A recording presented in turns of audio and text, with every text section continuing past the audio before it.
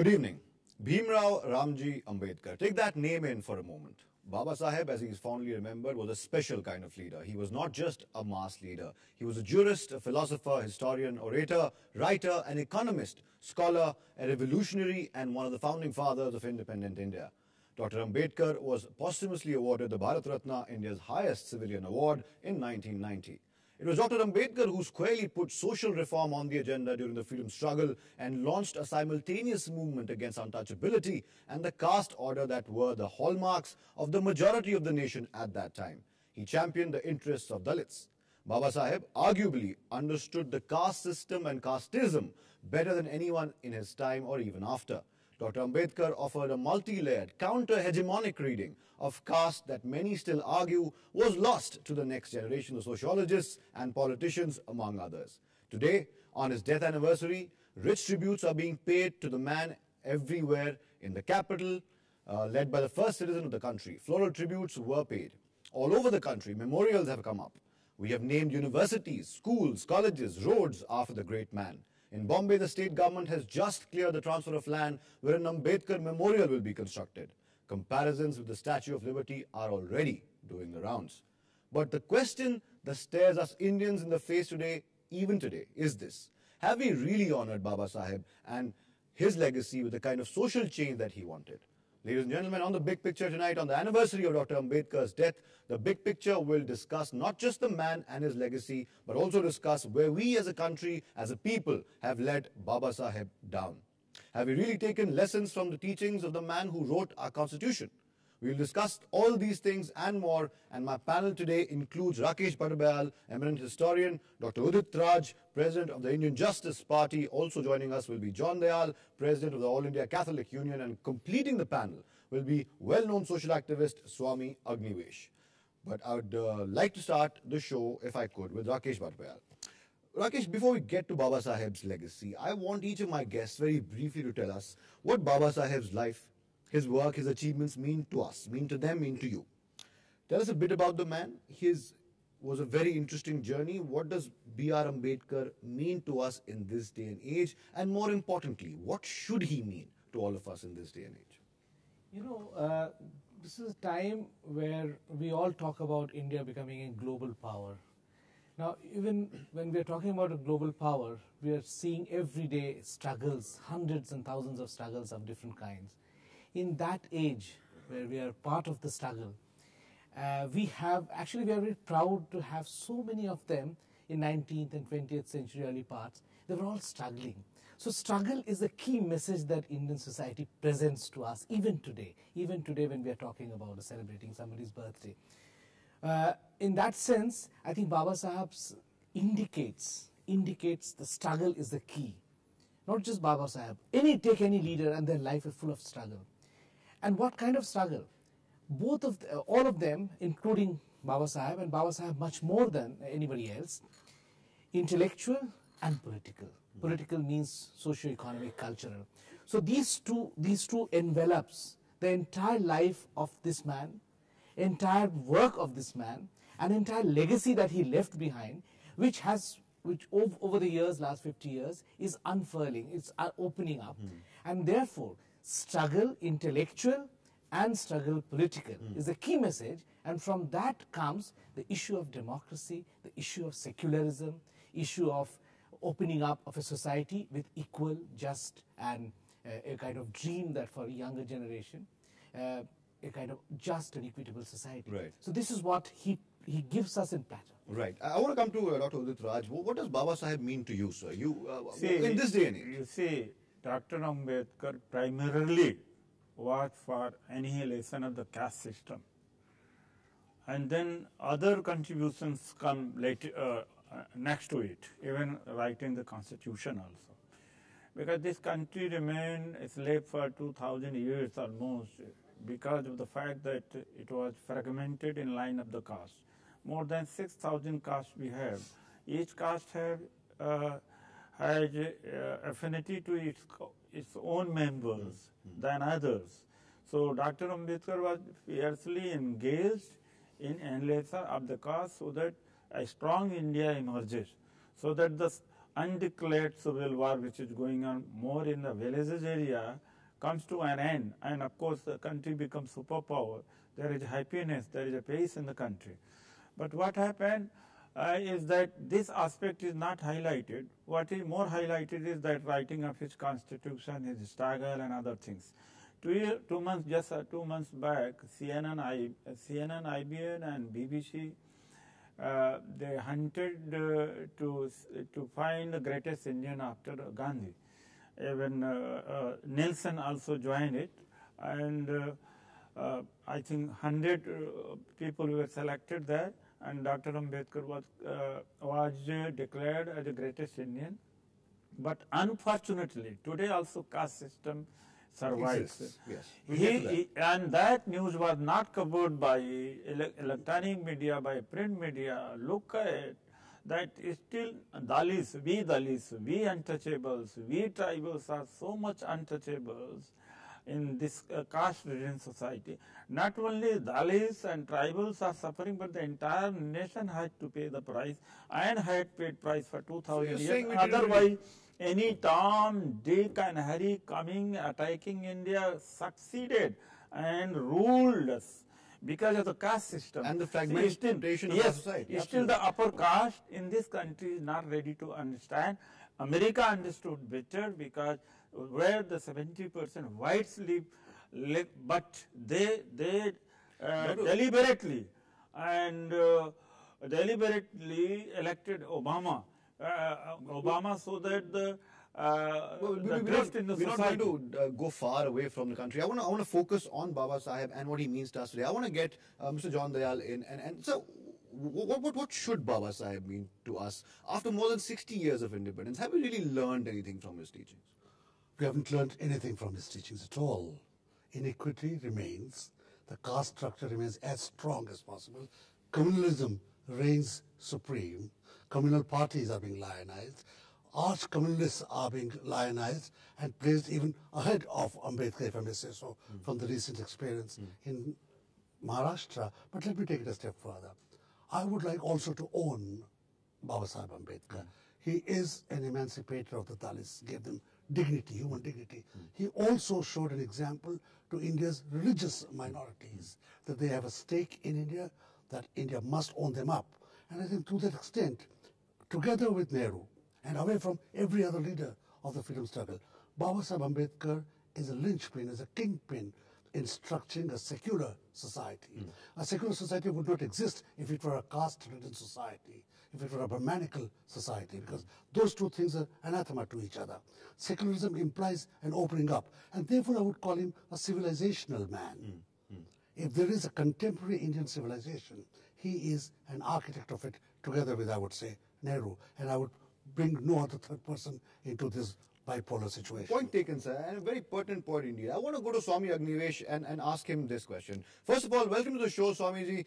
Someone once said that the best way to punish a philosopher is to provide him with followers. Babasaheb's followers in this day and age are many. There are so many political parties, social groups and formations.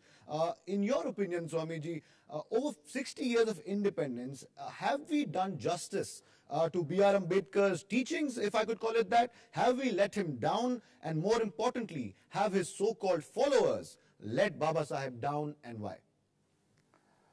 I find Babasaheb Bhimrao Ambedkar to be a flaming revolutionary of social justice. No compromise. All his life he was full of struggle. Today, very unfortunately, his very followers, who are sort of basking in the glory of Babasaheb's name, they are trying to, cash in for offices here and there, and they are reducing this glorious movement into a monument. When you, at the initial stage, when you said that some land has been earmarked in Bombay for erecting a monument or something like that, that is the crux of the story. Babasaheb has been brought down to some statues to be garlanded, some floral tributes to be paid in parliament on a form of a ritual, and no more of the main task which he had addressed. That was annihilation of caste. He was not only a Dalit leader. It's wrong to call him Dalit leader. He was against that very basis of caste system. any discrimination based on birth was not acceptable to him. And today, all our education system is birth-based, unequal opportunities. If we have economic status, which is birth-based, we have millions and millions of bonded labor and child labor in this country, and there is no political will in the system to finish that off. And the whole mandate of the Constitution has been, we the people of India give to ourselves this Constitution. And Babaji said, he stands for all-out equality, social, political, economic equality. And what we find today is the hiatus, the gulf between the rich and the poor is widening every day. So how can we say that we are anywhere near to Babasaheb's vision? Very, very pertinent point, Swamiji. I would like to get Rakesh in on this particular moment. Swamiji mentioned a very important thing. Have we reduced such a man of stature like Babasaheb Ambedkar to mere garlanding of his statues, and we don't really pay heed to what he actually taught us or wanted? I don't think so, because this is a natural also. It's a 60 years of republic. We need what we call symbols. And so a section of people must be looking for a symbol in him, as a symbol of protest, symbol of struggle, symbol of power, empowerment. So that is very natural. What happens of any movement, any personality, any intellectual, any philosopher in history, that over a time, his ideas become naturalized. Revolutionary idea becomes naturalized as we talk in sciences. And when it becomes naturalized, for instance, Gandhi's or anybody, including Marx's idea, has become now World Bank, which is completely antithetical to Marx, talks about withering away of state, which Marx talked about in 18th, 19th century. So it becomes naturalized. So once they are co-opted, the state is always operating. State had its own reason. So state operates, state co-opts. So similarly, here the institutional establishment will gradually co-opt symbols.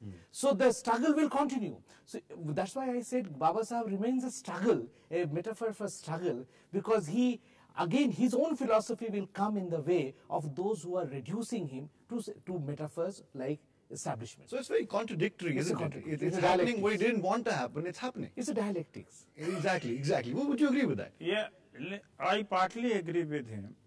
And symbols are necessary, statues are necessary, rituals are necessary. But more than that, what is necessary is to practice the idea and ideology and his preachings, which are not being practiced. And let me tell you very frankly that Dalits often use Dr. Ambedkar. Most of Dalits claim to be follower of Dr. Ambedkar, but at the same time they don't follow his idea. As I said that he primarily stood for annihilation of the caste. Now there are more than 1,000 sub-castes in Dalits. I haven't come across that any sub-caste has taken a pledge or is trying to annihilate the caste and merging with other castes, or there is inter-caste marriages within a sub-caste. So Dr. Ambedkar is more used as a symbol, less used as his ideology is less used. But so, are you okay with that as someone who... Not at all. I am okay with that. But of late, let me tell you very sorry that even Dalit politicians are consolidating the caste just to get political the power. Purposes. Political power. Right. They find that it is a shortcut, it is an easier method to consolidate the caste and enter in parliament or assembly. In that way, they are negating Dr. Ambedkar, they are not following. But at the same time, unfortunately, they are never tired of naming Ambedkar, they are never tired of shouting a slogan about Dr. Ambedkar, but at the same time, they are doing antithetical to what Dr. Ambedkar has done. So hold that thought. I'll take a small break right now. I want to come back to John Dayal and Swami Agnivesh after the break. We'll talk about why it didn't really work. If Babasaheb gave us his preachings and his teachings, what made us falter as a nation, as a people? That's after the break. Don't go anywhere. Keep watching The Big Picture.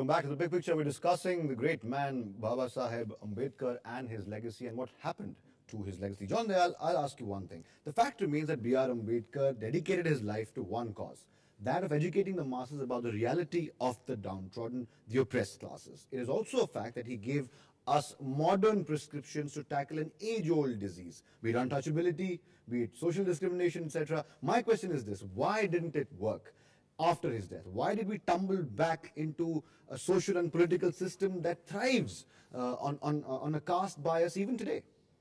Let me begin with what Udit said, and I would personally forgive and understand why Dalit leaders and Dalit political parties espouse him, even if occasionally they betray him.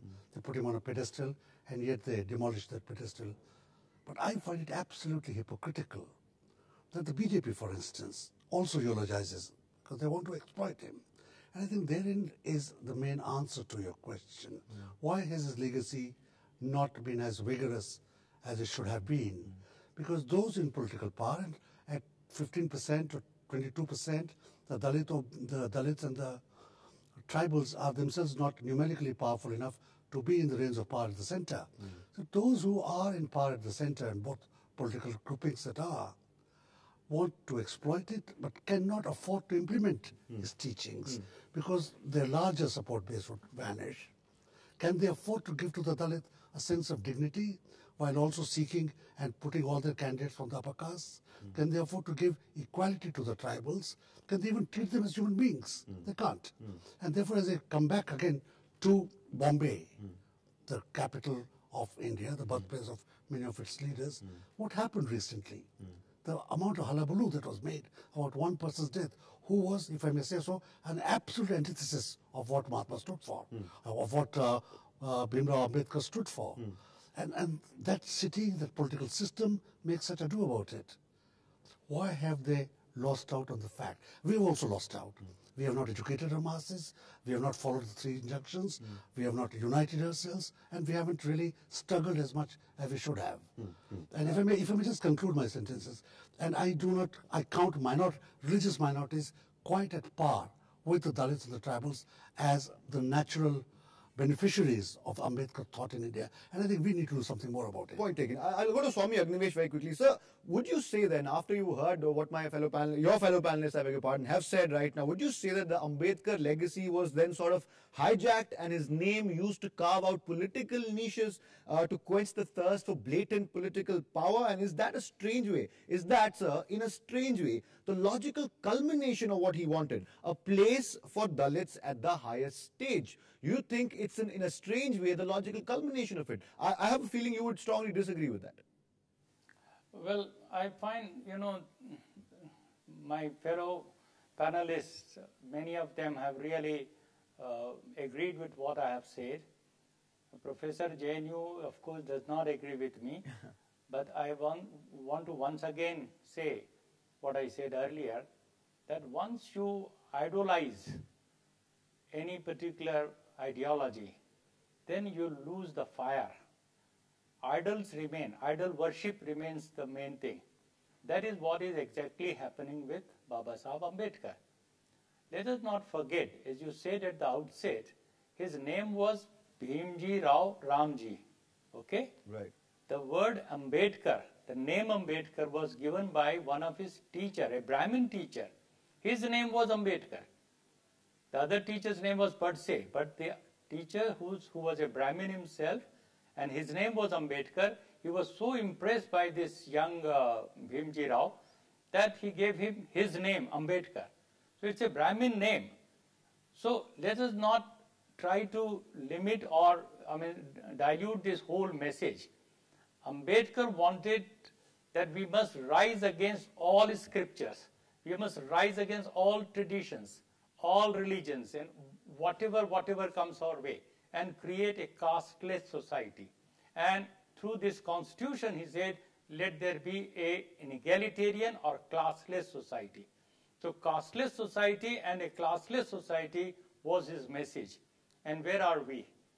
If we weigh our situation today, our society today, we find we are nowhere near his vision. Right. So in this way, we must gird up our loins and say, let us once again resolve to work for Babasaheb's Bhimrao Ambedkar's legacy in the true sense of the word and true sense of the spirit. Right, Swamiji. Then only we will be able to pay tribute to him. Swamiji, I'd like to come back to you if we have time, but I'll go to Rakesh very briefly, sir. Do parties that use his name in this current day and age, do parties that use Babasaheb Ambedkar's name, doing him and the country a service, or is it the other way around, that is diluting and corrupting what he taught for their own political gain?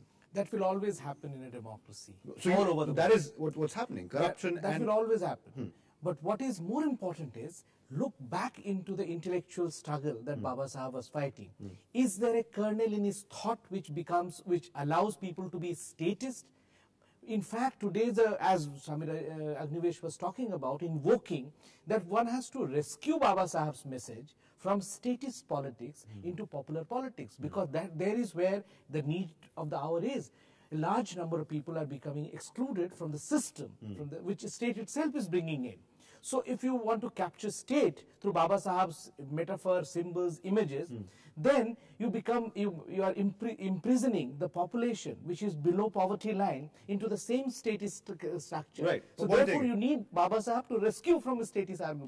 Very briefly, sir. First Mr. Udrai, then Mr. John. One thing I am very surprised, whenever occasion like his birthday or death day comes, or Dr. Ambedkar is remembered in some context, why only Dalits are referred, why only Dalits should carry forward his ideology? Why not the upper caste? Exactly. Upper caste.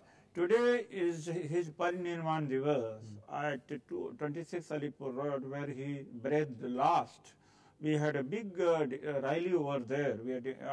We are demanding that the place where he lived, that place should be, because that is national memoriam already declared in 2000, that should be elevated, should be built like any other statesman. And we had to have a very hard time to get the things done from the government.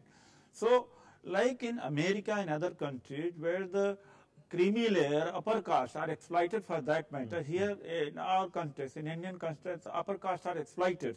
So Dr. Ambedkar message is not only for Dalit, but his message is the whole country. It's for the whole country. Absolutely. The casteless society is needed for Swami Agnivesh ji also, needed for a Brahmin also, needed for a Baniya also. But why they are not coming forward? That's a very good point. I want to and carrying forward this. I want to explore this that is point. very surprising. Whenever discussion takes place, then only we are cornered. Dalit leaders I want to are explore that point, but make a cornered. point first. As if we only are concerned people. Very pertinent point. Casteless society. Very pertinent point. I want to explore that. Not the upper caste. I want to explore It's that. very strange. Absolutely, Mr. Dayal. Now, I want to make two very brief points, considering that you have no time for us. One is that caste today, unfortunately, permeates all religions, including Christianity, because I'm one, I can say that, and I know for a fact it also is evident in Islam. Right. Having said that, let me pay a tribute to all Dalit politicians, including Udit Raj. I think they are, to a small extent, carrying on the flame. Exactly. They are struggling against huge forces. What upper caste are doing? Monolithic forces. They are still actually carrying out, not very much, but enough of the Bhimrao Ramji thesis That's the message of the Right. casteless Let me society. finish. of And casteless justice. society, of an India in which everybody is equal. Nobody is born superior. Right, And that is critical. Absolutely. Let me go very quickly across to Swami Agnivesh. Sir, you heard what my panelists right now said. Why just the Dalits? Every time Babasaheb Ambedkar is mentioned, shouldn't we all rise and try to do? I mean, Babasaheb Ambedkar was not just a Dalit icon, he's an Indian icon. No, I would say he was an icon for the whole of humanity who stand for equality. Right. Equity, equality, egalitarian society, they should all come together and pay tribute in the real sense of the term. Right. That is what is the need of the hour, and we are going to do that precisely. Well, Swami, we are almost Just out of now time. what my friend said, Udit Rajji, on 10th of December, the International Human Rights Day, we are going to celebrate that day throughout the world as Annihilation of Casteism Day. Right. Right. And Udit Rajji is going to be one of the speakers on that day, and John Absolutely. Dayal also. Absolutely. So this way we are going to give a call to the whole nation and to the whole world that let us kick this casteism, lock, stock and barrel. and all discriminations by birth. Absolutely. On Swamiji, that day, we are going to demand 5% reservation for those who are going to marry inter-caste. right, Swamiji, I'm completely out of time. I would like to you to answer very briefly, sir, if you could. What is the way forward? The past, forget the last 60 years. How do we ensure that we take his legacy forward into the future? How do we truly honor the man who gave us our constitution? I think we should get down to what his last words in this great essay called Annihilation of Caste. He said the best way, perhaps the only way to annihilate caste would be by promoting inter-caste marriages. Right, right. And right. that we need to make it into a big, big movement in this country and the world over. Right, right. On that note, sir, I must end the program. I must thank all my guests before I sign off. Rakesh Bhattbhayal, thank you so much for joining us. Dr. Uditraj, many thanks for joining us on The Big Picture. John Dayal as well as Swami Agnivesh. Many thanks to all my guests for joining us on The Big Picture. Like my guest today said, he was not just a Dalit icon. He was not just an Indian icon. He was an icon for the whole of humanity. And it is up to us, the nation, the people who live in this country, to actually honor his memory and his legacy, and no one else will come forward. We have to come together and honor the man who gave us our constitution. Till the next edition of The Big Picture, this is Akhtar Khan saying goodbye, good night, and thank you for watching.